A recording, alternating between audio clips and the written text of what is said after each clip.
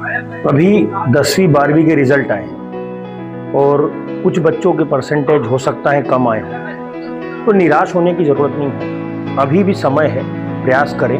अभी आपका शिक्षा का समय प्रारंभ हो गया है। मेरा एक माँ बाप से सबसे बड़ा निवेदन है कि आप अपने बच्चों को क्लियर करें कि वो किस प्रोफेशन में जाना चाहते हैं।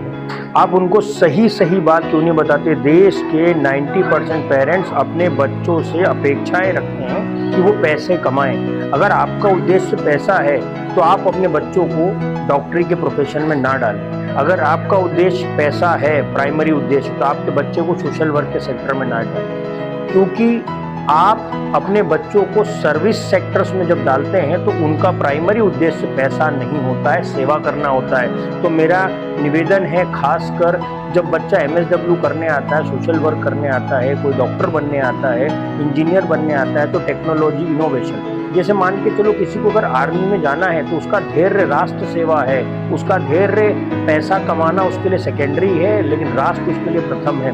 तो अपने बच्चों को आप क्लियर करें कि पैसा कमाने के लिए अगर आप उसको शिक्षा दे रहे हैं तो आप उसको उस दिशा में कदम करें जो बिजनेस से रिलेटेड कोर्स हैं, कॉमर्स है, चार्टेड अकाउंटेंट्स है, ऐसी चीज़ें जो पैसे की तरफ ज़्यादा प्राइमरी उद्देश्य पे फोकस करती है। अगर आपके बच्चे का उद्देश्य किसी सेक्टर में सेवा करना है तो उसको पैसे को आपको बताना पड़ेगा कि प्राइमरी नहीं है।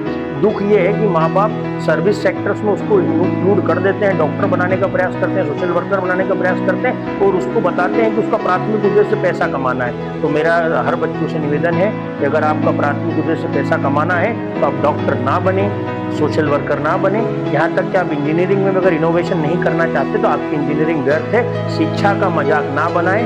इस पैसे के चक्कर में आप टैलेंट और कला को दबा रहे हैं। कृपया विचार करें, ये बात बहुत गंभीर है, सोचिएगा जरूर। धन्यवाद।